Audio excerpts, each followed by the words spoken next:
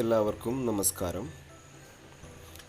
ഞാനിന്ന് ഈ വീഡിയോയിലൂടെ പ്രതിപാദിക്കുന്നത് നമ്മുടെ വീടുകളിൽ കേടുവന്ന് കിടക്കുന്ന അല്ലെങ്കിൽ ഗ്യാരണ്ടി കഴിഞ്ഞ് കിടക്കുന്ന അല്ലെങ്കിൽ ഏതെങ്കിലും തരത്തിൽ ഡാമേജ് ആയിരിക്കുന്ന ഏത് ബൾബുകളും നമുക്ക് കുറഞ്ഞ ചിലവിൽ ഒരു LED സ്ട്രിപ്പ് നമുക്ക് ഇലക്ട്രോണിക്സ് കടകളിൽ വാങ്ങാൻ ലഭിക്കും.